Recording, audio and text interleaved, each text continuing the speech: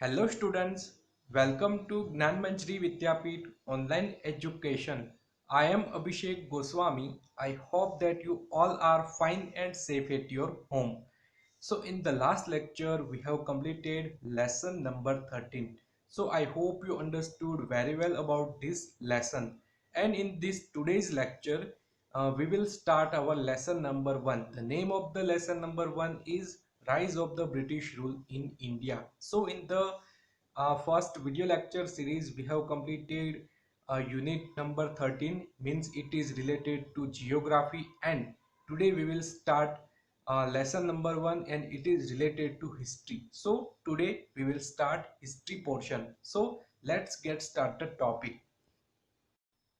So first of all, we will get some introduction of history part which we will learn in the standard 9. So topic is 20th century the world and India. So हम इस history part में 20th century के बारे में discuss करने वाले. सो 20th century की बात करें, वेरी इंपॉर्टेंट सेंचुरी है. इसमें काफ़ी डेवलपमेंट हमें देखने को मिलता है. काफ़ी सारी इंपॉर्टेंट इवेंट की बात करें तो world war number 1, World War number 2, then Cold War between Russia and America, then Independence League, Independence event of the India. ये सभी important event 20th century में देखने को मिलती है. So during the 20th century the world has witnessed long-term result of the research and progress made in various fields of human life. 20th century की बात करें, काफ़ी सारा रिसर्च एंड डेवलपमेंट हुआ है. हमारे ह्यूमन लाइफ के फील्ड में भी काफ़ी प्रोग्रेस हमें देखने को मिलता है.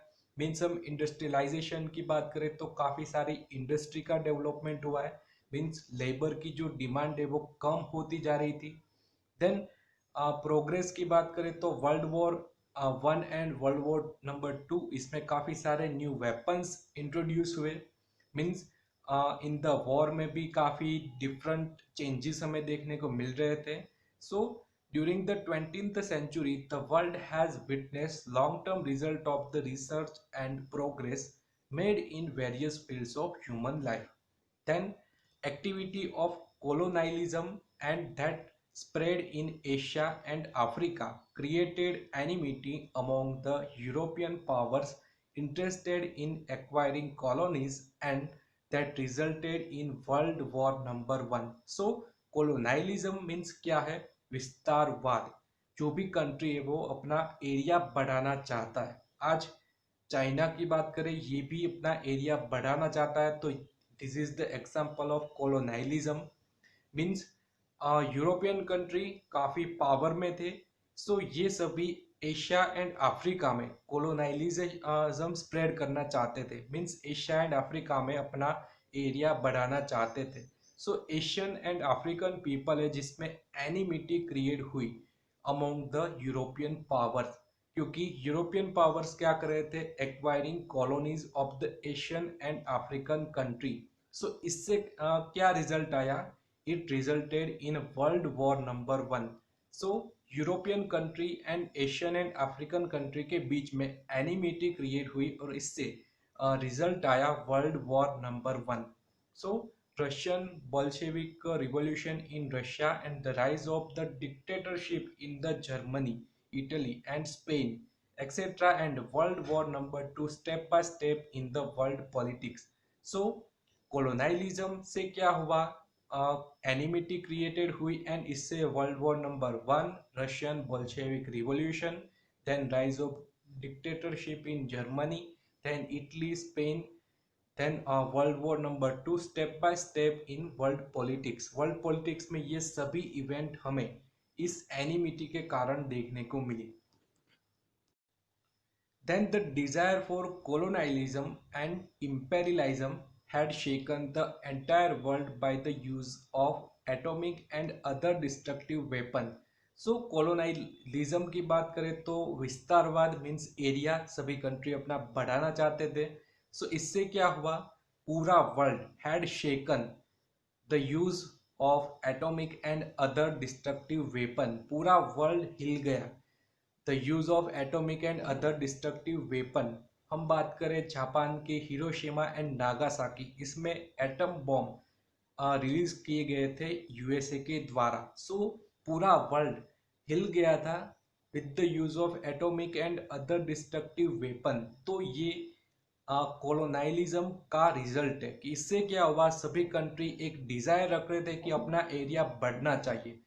इससे क्या हुआ कि सभी country atomic and other destructive weapon का यूज करने लगे।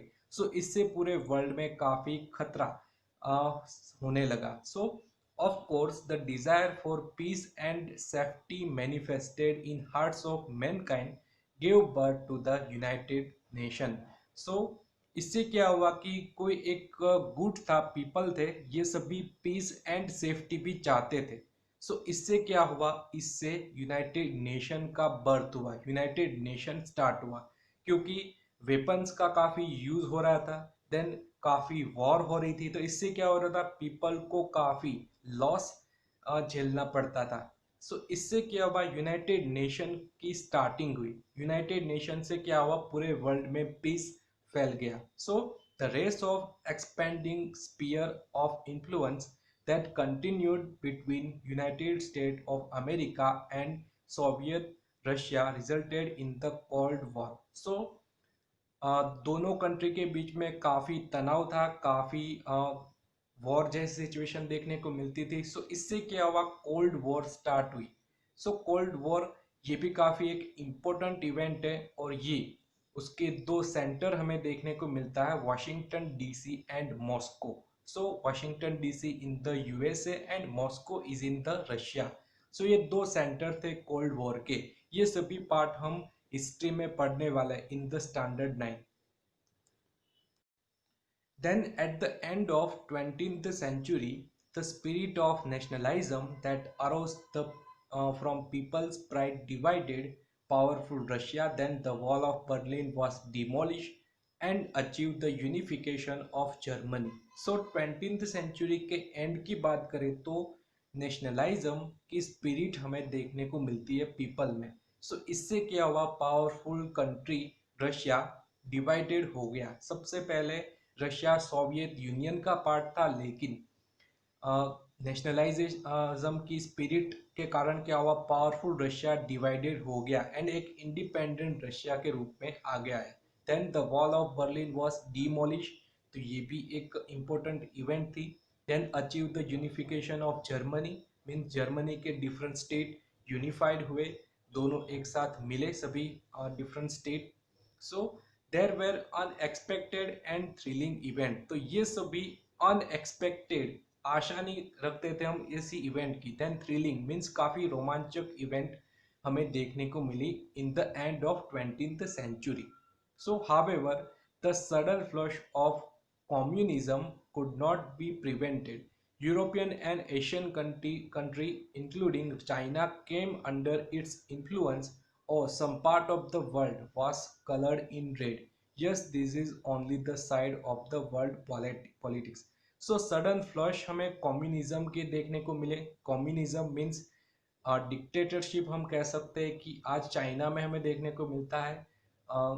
वहाँ पर डेमोक्रेसी नहीं है, बट एक पर्सन है जो पूरे कंट्री को रूल करता है। तो ये कम्युनिज्म के कारण काफ़ी इन्फ्लुएंस देखने को मिला in the European and Asian country. And इससे क्या हुआ कि some part of the world was coloured in red, क्योंकि वॉर हुई, काफ़ी सारे पीपल की डेथ हो गई। Some part of the world was colored in a red. This is the bad impact of the and in the end of the 20th century. Then the second side of the world politics is also much strong and powerful, and it is evident in the movements of liberalism that has spread in Asia, Africa and other parts of the world.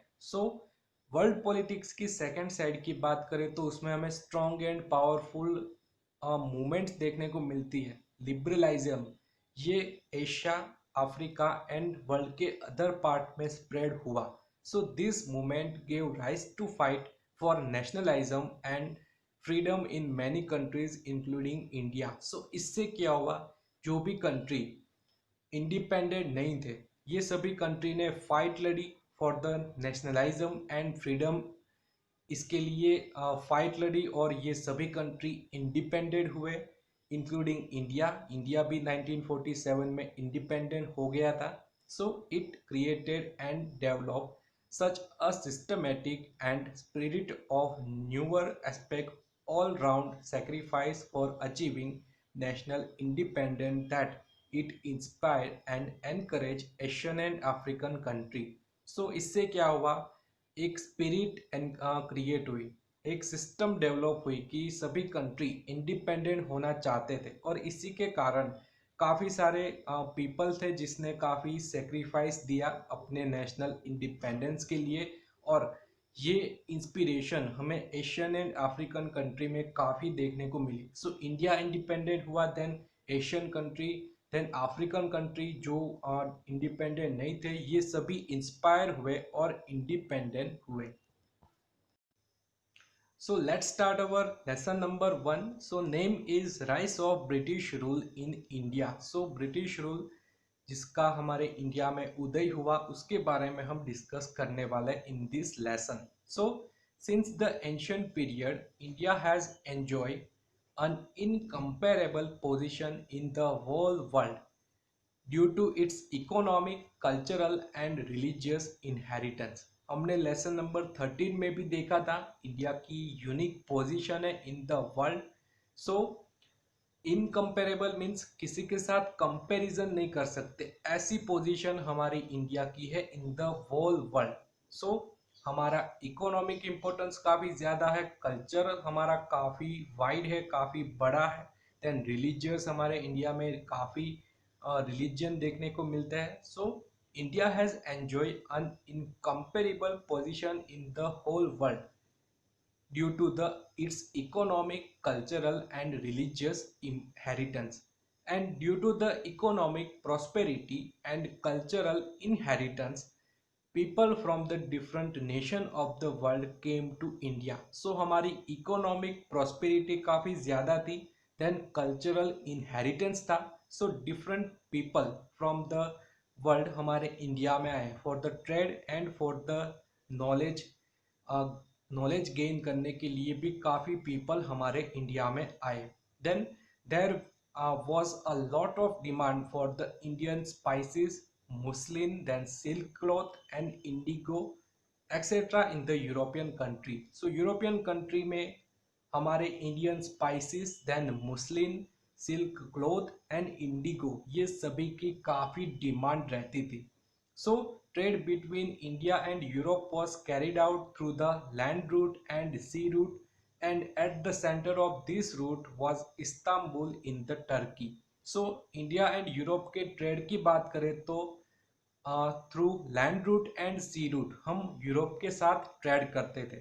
And दोनों के जो land route है और सी route है उसमें Europe and India के बीच में इस्तांबुल, जिसको हम कॉन्स्टेंटिनोपल भी बोलते हैं, सो ये सेंटर में है in the Turkey.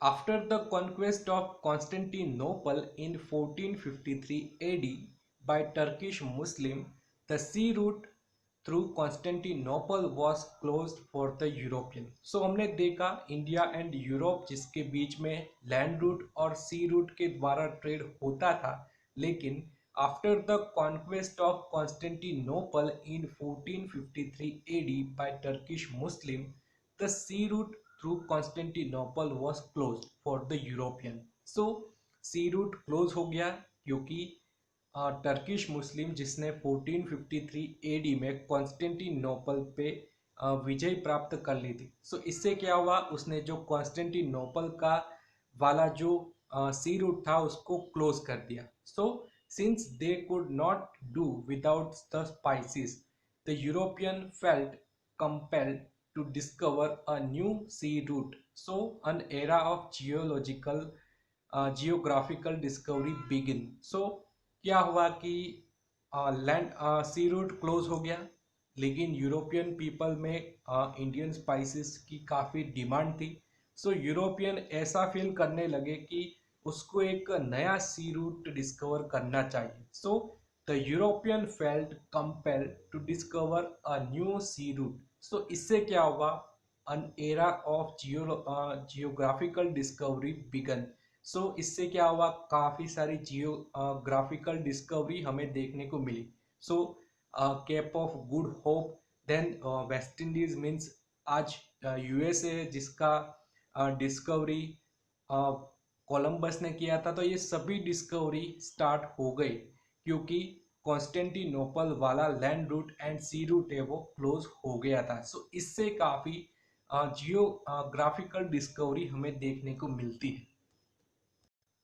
Then our next topic is discovery of sea route to India. So India तो आना ही था क्योंकि यूरोपियन कंट्री में Indian spices, muslin, then indigo की काफ़ी डिमांड थी. सो यूरोपियन पीपल ने डिसाइड किया कि उसको इंडिया का न्यू सी रूट डेवलप करना है, न्यू सी रूट डिस्कवर करना है. सो with the inspiration and encouragement and economic help from the Portuguese King Prince Henry, some brave people began effort to discover new sea route. So Portuguese king थे Prince Henry, जिसका inspiration, encouragement and economic help के कारण काफ़ी brave people थे जिसने India आने का एक न्यू रूट खोजना स्टार्ट कर दिया. So some brave people began efforts to the discover new sea route to India.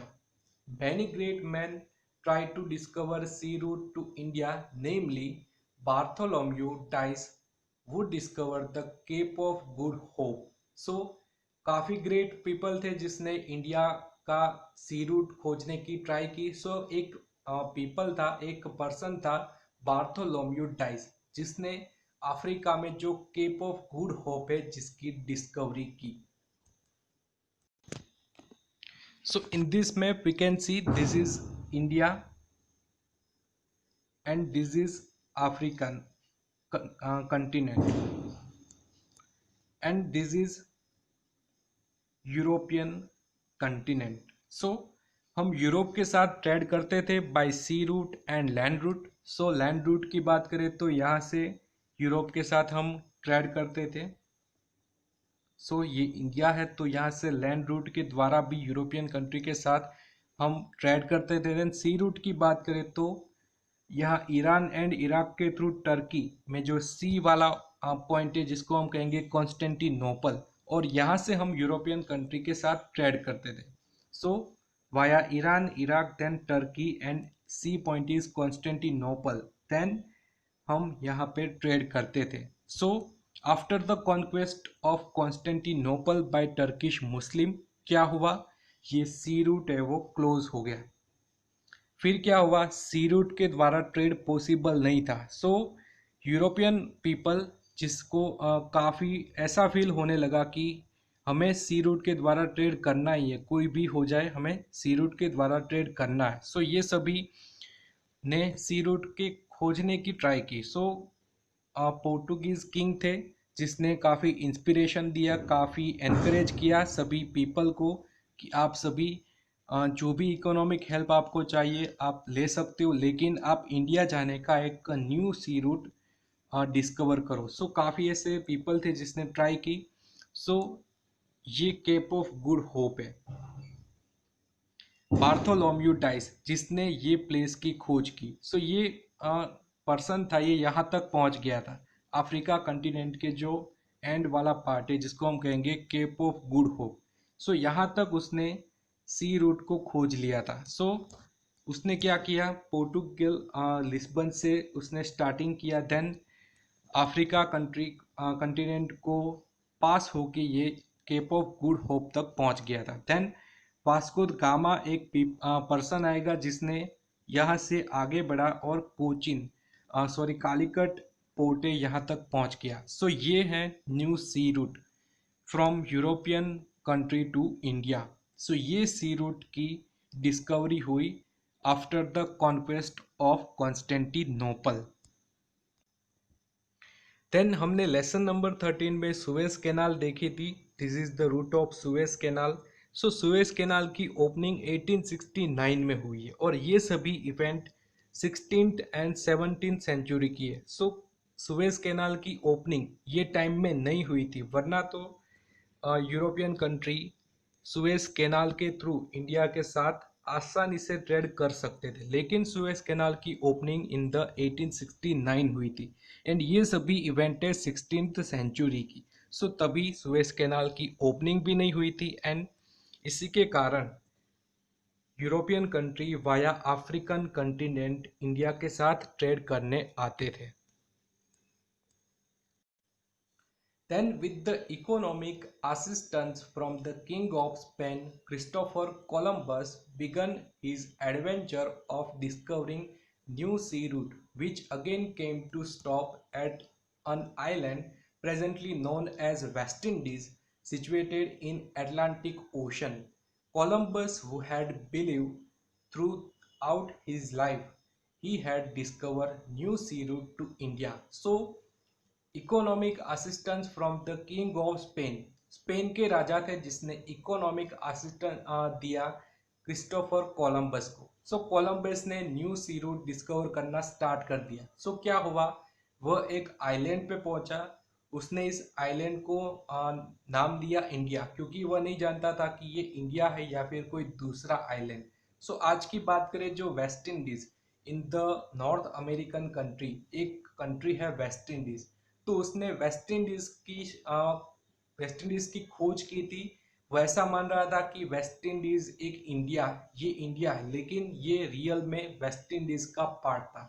So Christopher Columbus began his adventure of discovering a new sea route which again came to stop an island presently known as West Indies, situated in the Atlantic Ocean. So Columbus, who had believed throughout his life that he had discovered new sea route to India, वो अपनी पूरी life में ऐसा सोचने लगा कि उसने India जाने का सी रूट डिस्कवर कर लिया, but had actually discover new land, क्योंकि ये इंडिया नहीं था, ये वेस्ट इंडीज था, यूएसए वाला पार्ट। बट उसको ऐसा लगा कि उसने इंडिया की डिस्कवरी की, मीन्स इंडिया जाने वाला एक नया सी रूट की डिस्कवरी कर ली। So since the this clarification was made by Amerigo Vespucci, this new land began to known as America. So then एक पर्सन आया अमेरिगो वेस्पुची,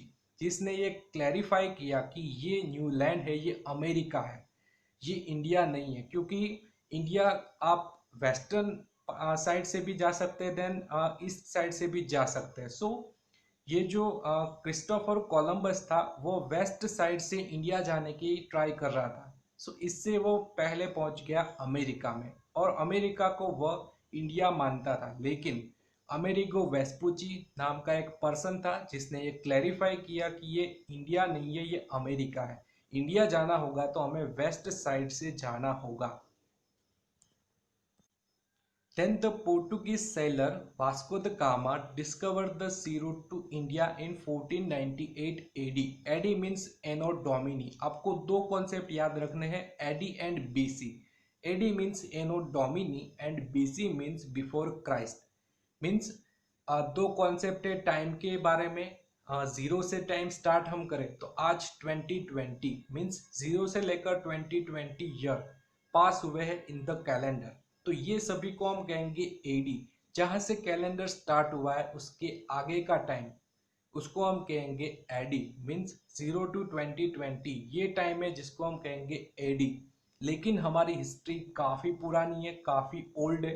इंडिया की बात करें तो 5000 ईयर की हिस्ट्री हमें देखने को मिलती है, तो हमें ज़ीरो से भी आगे जाना पड़ेगा। सो हम आगे जाएंगे तो हमें यूज़ करना पड़ेगा बीसी का। मीन्स 2000 बीसी हम कहते हैं, तो ये 2020 ईयर इसको हम ऐड करेंगे विद द 2000 बीसी।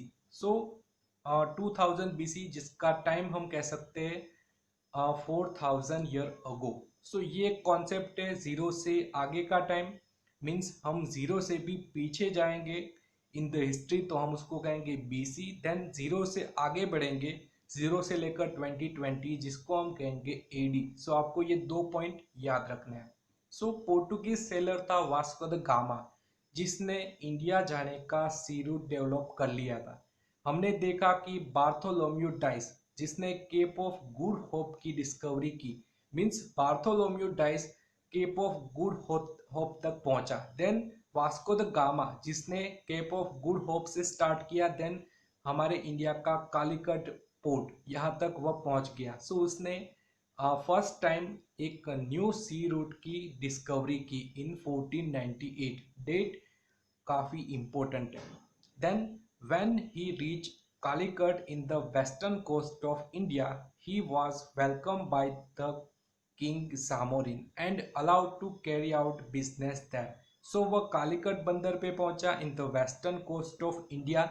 सो वहां पर किंग जामोरिन थे जिसने उसका वेलकम किया एंड उसको अलाउ किया, उसको परमिशन दी बिजनेस करने के लिए। सो thus this is considered as an important event in the world as this opened the doors for the other European to come India. So ये एक काफी इंपॉर्टेंट इवेंट है, the discovery of new sea route to India. So इससे क्या हुआ, सभी European people हमारे India में ये सी रूट से आने लगे और इंडिया के साथ ट्रेड करने लगे।